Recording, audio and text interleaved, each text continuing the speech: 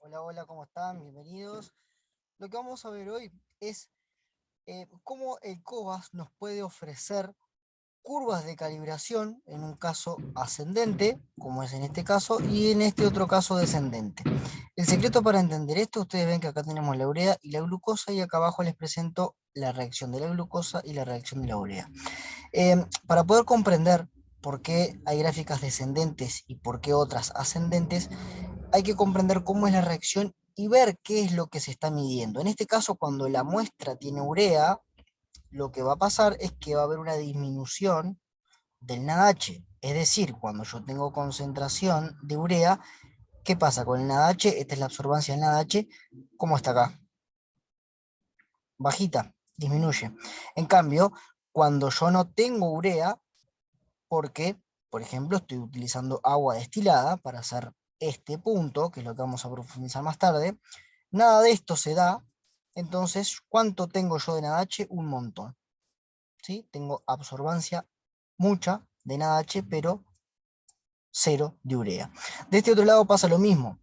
En el caso de la glucosa, cuando estamos calibrando, lo que sucede es que hay un aumento del NADPH, aquí, ¿sí? Tenemos este aumento en el pH cuando yo tengo una concentración de glucosa. Cuando yo utilizo agua destilada, la glucosa no está, no se da ninguna de estas reacciones y no se forma NADPH. Entonces tenemos que si no tengo NADPH, la absorbancia es cero, que coincide justamente con el cero de concentración de la glucosa. ¿Por qué? Porque no tengo. Esto vamos a tratar de observarlo y explicarlo con fórmulas y demás. En este caso es lo mismo que veíamos para la glucosa, pero en esta otra presentación, acá les más o menos les explico lo que sucede, que después lo leen, pero básicamente lo que quiero mostrarles es cómo en esta gráfica que vimos anteriormente se hace este punto acá arriba. Tenemos este calibrador y vamos a utilizar por supuesto el reactivo para calibrar la glucosa, el reactivo de glucosa. Entonces lo que va a pasar es que en la cubeta de reacción yo voy a tener del calibrador un montón de analitos que vamos a prestarle atención a la glucosa, y se va a mezclar en la cubeta de reacción, se va a mezclar el reactivo con todos estos analitos. Pero ¿qué pasa? Todos los reactivos, vamos a verlos acá, todos los reactivos cuando están en una solución junto con la muestra, eh, hay diferentes afinidades químicas específicas. Por ejemplo, la exoquinasa solamente va a reaccionar con la glucosa, no va a reaccionar ni con la urea ni con la crea, por más que estén acá a la vuelta, todos juntos. Solamente se va a dar la reacción y van a entrar a participar los diferentes actores cuando comiencen a fabricarse diferentes productos. Entonces, la glucosa en un momento se va a encontrar con el ATP y acá se va a activar la exoquinasa. Esta exoquinasa va a dar dos productos que no los puedo medir en el laboratorio. Por eso, ¿qué es lo que sucede? Cuando a la vuelta hay glucosa 6-fosfato, se empiezan a activar otras enzimas que están en el reactivo, están en la cubeta, que antiguamente no se activaban porque no estaba la glucosa 6-fosfato. Entonces, cuando está la glucosa 6-fosfato, lo que sucede es que la glucosa deshidrogenasa a través de sus coenzimas NADPH o NADH va a reducir esta glucosa para formar este producto que es el que nosotros medimos. En este caso es NADPH, puede ser NADH también. Cuando comienza a aumentar el NADPH, esto es censado por el equipo y nos da un valor.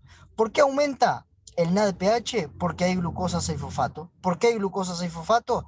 Porque la exoquinasa encontró glucosa en la muestra en el calibrador en donde sea donde lo estemos midiendo.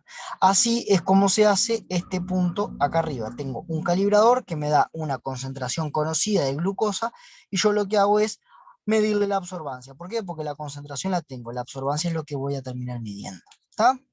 Y lo que pasa en la cubeta de reacción es esto. Ahora, ¿qué pasa con este punto acá abajo? Este punto que hallamos es este. Ahora, ¿qué pasa con este punto acá?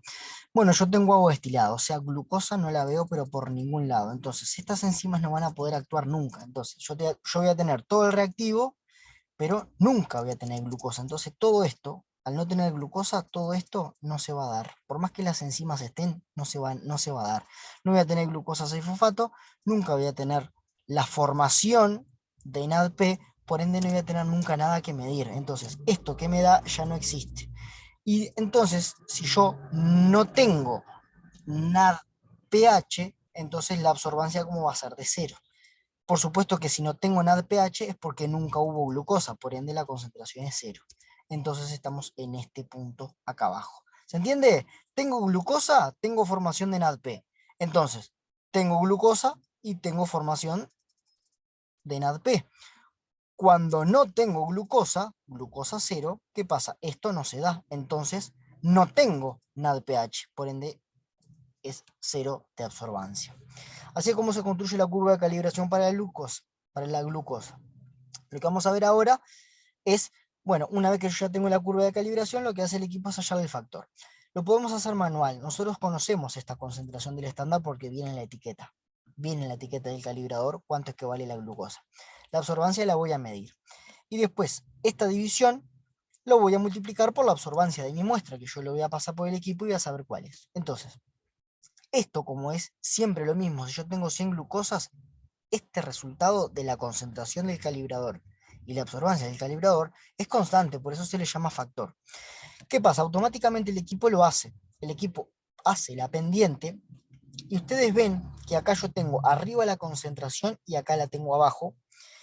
Acá tengo la absorbancia abajo y acá la tengo arriba. Entonces, esta división, que es como se halla la pendiente, yo puedo decir, debo decir que el factor es el inverso de la pendiente. Es decir, para que esto sea igual a esto, a esta pendiente, que normalmente tiene un 1 abajo, yo la debo dar vuelta.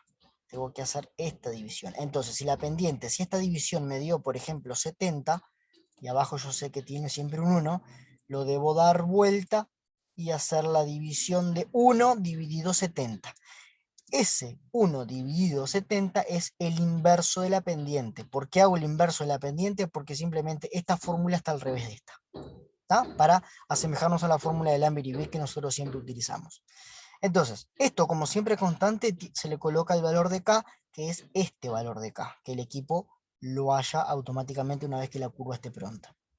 Entonces yo les puedo decir, bueno, si les doy esta absorbancia, ustedes deberían saber decirme cuál es la concentración de la muestra. K lo tenemos que es 305, así que acá podemos poner 305 y la absorbancia de la muestra 1,2 por 1,2. Entonces todo esto nos da 366 miligramos de decilitro, que es lo que nuestro paciente tendría si tiene una absorbancia, por ejemplo, de 1,2.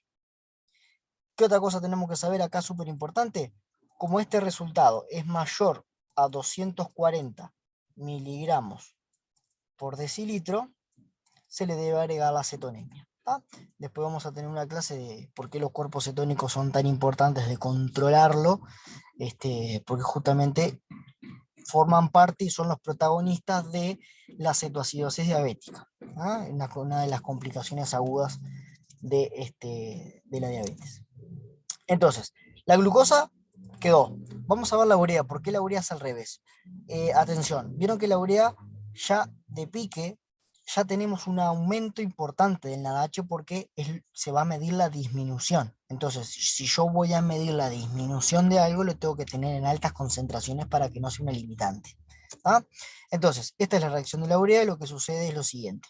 En este mismo calibrador, que es multicalibrador, está la urea y vamos a utilizar el reactivo para medir urea que tiene estos componentes. Entonces, en la cubeta lo que sucede es que se va a dar lo mismo que la glucosa, ¿sí? Vamos a tener todos los analitos en el calibrador y vamos a tener la mezcla con el reactivo, que todo esto se va a comenzar a mezclar. Entonces, lo mismo que pasaba con la glucosa. La ureasa tiene afinidad solo por la urea. Estos otros analitos ni los registra. Entonces, cuando se da este reconocimiento, se da esta reacción. Entonces, tengo urea en una concentración conocida por mi calibrador. Acá lo que estamos viendo, ¿se acuerdan que la urea es así? Lo que vamos a ver ahora es analizar este punto. ¿Por qué está acá abajo y no acá arriba como estaba el de la glucosa? Vamos a analizar este punto. Entonces, el calibrador tiene urea. La urea reacciona con la ureasa y me da estos productos que no lo puedo medir directamente en el laboratorio. ¿Qué pasa? El NH4 va a reaccionar con este compuesto, que ¿dónde está? En el reactivo, que antes estaba tranquilo, sin reaccionar, pero como apareció el NH4, se va a unir y por acción del NADH, que está en altas concentraciones, me va a dar como resultado glutamato y NAD. El NAD no lo puedo medir en el laboratorio. Acá lo que se elige medir es cómo disminuye el NADH. Entonces, lo que vemos es que cuando tenemos urea, tenemos mucha urea, acá tenemos concentración 0 de urea y, bueno, acá justo vamos a borrar porque me escribí arriba. Y acá tenemos 102. Ahí está, vemos cómo va creciendo para allá la concentración. Cuando tengo urea, ¿qué pasa? La concentración del NADH es bajita. Y lógicamente, ¿por qué? Porque si tengo urea, se favorece esta reacción, se consume NADH. Entonces, tengo urea y tengo poco NADH. ¿Qué es lo que pasa cuando trabajamos con agua destilada? En el agua destilada lo mismo pasa con la glucosa. No tengo en el agua destilada urea. Entonces, esta reacción, no tengo urea, la ureasa no tiene nada para producir. Por ende, esta otra reacción no se va a dar. Por ende, me va a quedar un montón de NADH en la cubeta sin utilizar. Entonces, ¿qué es lo que pasa? Cuando yo a 340 nanómetros mido, después de 15 minutos de reacción, lo que me voy a encontrar es que tengo un montón de NADH. ¿Y de urea cuánto tengo? Es 0. Y lógicamente, porque si tuviera urea, esto se desplaza para allá y el NADH empieza a disminuir. Entonces pasaría lo que pasaba en la diapositiva anterior. ¿Se entiende? Tengo el agua destilada con el reactivo. No pasa nada, no hay nadie que reaccione con nada. Entonces, lo que vemos acá es cómo en esta gráfica de la urea se mide la disminución del NADH, por eso vemos así este comportamiento, y la glucosa vemos que tenemos un aumento a 340. Entonces vemos esta reacción. Entonces, ustedes leyendo el inserto y sabiendo qué es lo que aumenta, qué es lo que disminuye, son capaces de decirme, bueno, esta gráfica probablemente pertenezca a este analito porque entiendo por el inserto que aparece algo. Entonces si aparece algo, esto debe ser el calibrador, o desaparece algo cuando se da la reacción, por ende este debe ser el calibrador en caso de la urea. ¿Ah? ¿Por qué? Porque está desapareciendo lo que siempre estuvo, que es el NADH. ¿Ah? Esto es lo que se llama calibración de 2 puntos. ¿Sí? Creo que no hay nada más que esto, acá les marco los dos.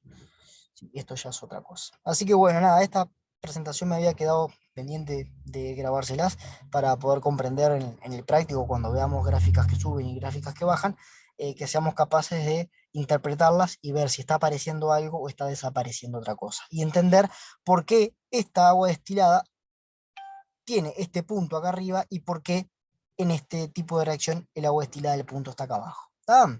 Así que bueno, quedamos por acá y nos vemos pronto en los prácticos. Que anden lindo, chau, chau, chau.